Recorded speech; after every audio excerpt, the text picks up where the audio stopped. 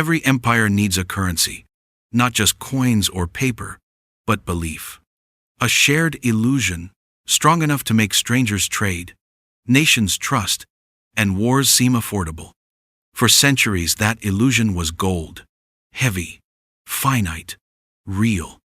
But in the summer of 1944, as the Second World War still raged, 44 nations gathered in a quiet mountain resort in New Hampshire to rewrite the rules of money and of power itself. Their goal sounded simple: prevent another Great Depression, rebuild shattered economies, and stabilize global trade. But what they created was something far greater: a financial architecture that would make one nation's currency the lifeblood of the modern world. It was called Bretton Woods, and from it emerged a new empire, not built on colonies or armies, but on credit, debt, and trust in the US dollar. The conference promised order after chaos, prosperity after war. Yet beneath the diplomacy and idealism, it was also a handover. The moment gold quietly yielded its throne to paper backed not by metal, but by might. This is the story of how the dollar became the world's currency, why that power endures, and what it means when faith replaces value. To understand Bretton Woods, we must first return to its darkness, the 1930s and 40s. The world was bankrupt. The Great Depression had shattered the global economy. Unemployment, protectionism, and currency collapses had turned nations inward. Then came the war, a catastrophe measured not only in lives, but in credit. By 1944, Europe's treasuries were empty. Britain, once the financial center of the world, survived only on American loans. France and Germany lay in ruins. Asia's markets were fractured by invasion and occupation. Trade had stopped. Gold reserves were scattered or stolen. The old world order, anchored for a century on the British pound and the gold standard, was finished. But amid the wreckage, one nation's balance sheet stood tall: the United States. Its factories roared. Its gold reserves were untouched, in fact overflowing. By war's end, America held 2/3 of the world's gold supply and half of global industrial output. It had fed, armed, and financed the Allies. Now it would rebuild them on its own terms. In July 1944, delegates from 44 nations arrived at the Mount Washington Hotel in Bretton Woods, New Hampshire. The place was idyllic: pine forests, mountain air, white tablecloths. But what happened inside was pure power politics. The question was not who would win the war. The question was who would own the peace. The conference brought together the best economic minds of the age, and two men who would fight for the soul of the new system. From Britain came John Maynard Keynes, a brilliant economist representing a fading empire. He envisioned a balanced world, one where no nation could dominate trade or debt. He proposed a new global currency, the Bancor, managed by an international clearing union that would keep every country accountable. From the United States came Harry Dexter White, a Treasury official representing a nation rising to unmatched power. His vision was simpler and more self-interested.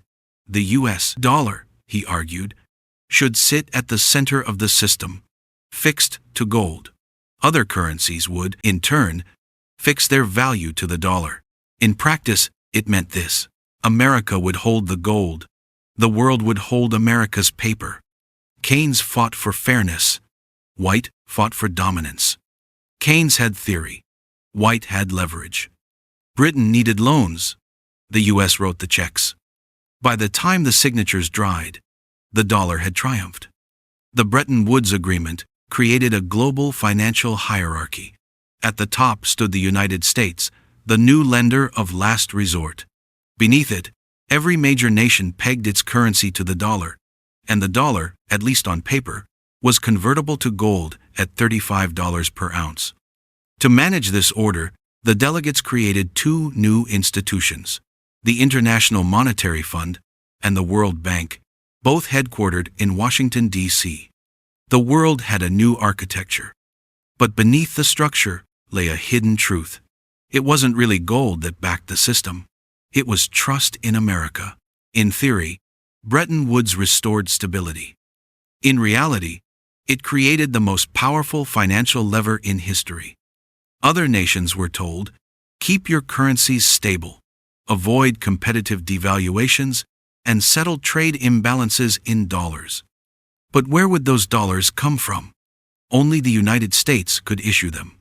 As Europe rebuilt and global trade revived, everyone needed dollars to buy goods, pay debts, and build reserves. America supplied them by exporting its currency across the world. Factories in Germany, ports in Japan, and oil fields in the Middle East all ran on dollar liquidity. What had begun as a financial agreement became a network of dependency. This was monetary imperialism by consent. Unlike old empires, the U.S. didn't need to conquer territory. It conquered balance sheets. The system worked, for a time. From 1945 to the late 1960s, the world experienced unprecedented growth. Currencies stabilized. Trade flourished. The American century began. But success carried the seed of collapse. As the U.S. printed and spent more to fund wars and social programs, the rest of the world began questioning whether every dollar was truly worth its weight in gold. By the 1960s, cracks appeared. France's Charles de Gaulle openly accused Washington of exporting inflation and began demanding gold instead of paper. Other nations followed. America faced a paradox.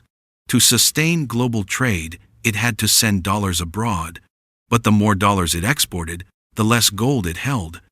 It was the same problem that had doomed every empire before: overreach disguised as generosity.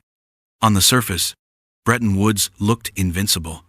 Beneath it, the system strained under contradictions no economist could fully resolve.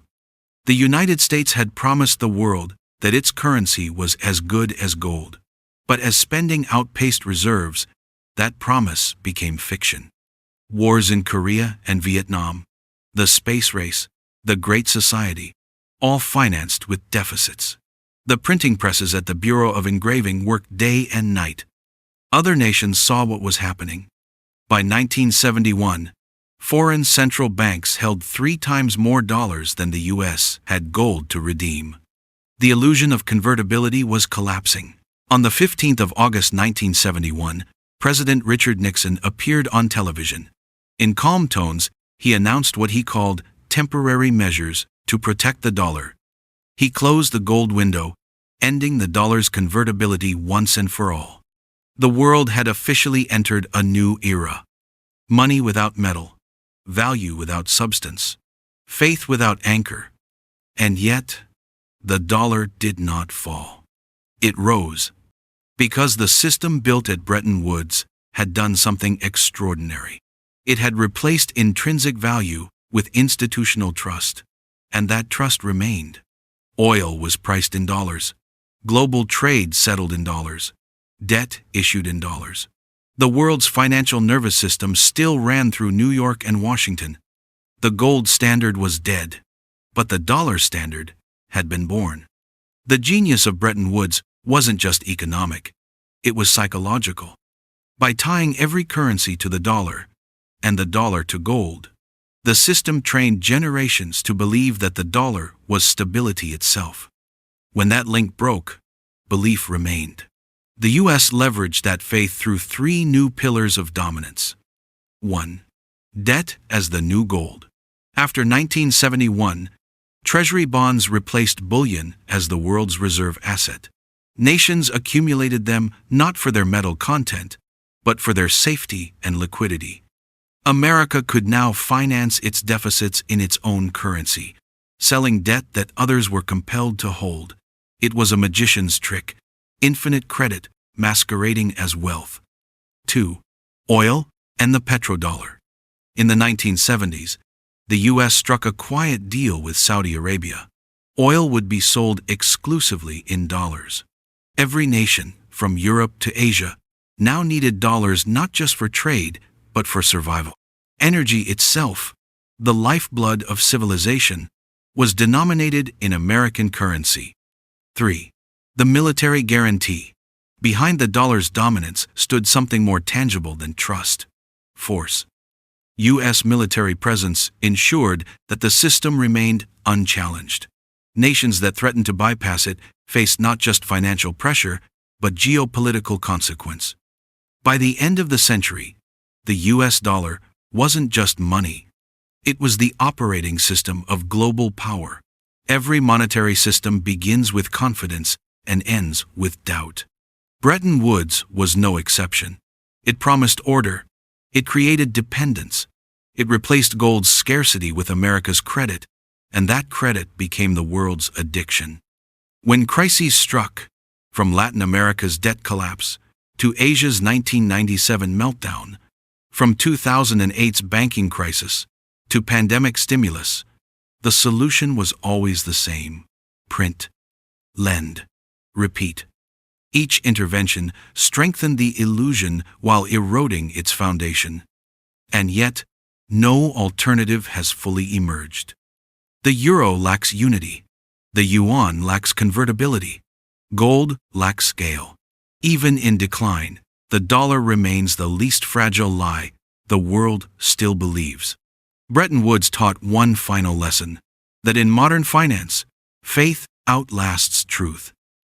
When the delegates of Bretton Woods left New Hampshire in 1944, they believed they had built peace through prosperity. In truth, they had created something closer to empire. An empire that conquered not through armies or colonies, but through contracts, loans, and currency reserves. The dollar's rule was never about pieces of paper. It was about what the world agreed those papers meant. 3 lessons endure from Bretton Woods. 1. Power follows the printer. Whoever controls the world's money supply controls its politics, its markets, and its wars. 2. Trust is the real reserve. Gold anchored the past, belief anchors the present. Once trust breaks, collapse follows faster than any invasion. 3. Every system is temporary. The pound once ruled the world. So did gold. So, today, does the dollar. But permanence is the greatest illusion in finance. The day the world stops believing in the dollar, its empire ends, not with a battle, but with a withdrawal slip. History does not repeat, it evolves. Gold once ruled by weight. The dollar rules by faith. And the next system, whatever replaces it, will rule by something even more fragile: digital trust. If this gave you a new way to see money, empire, and power, subscribe. Because the next Bretton Woods is already being written.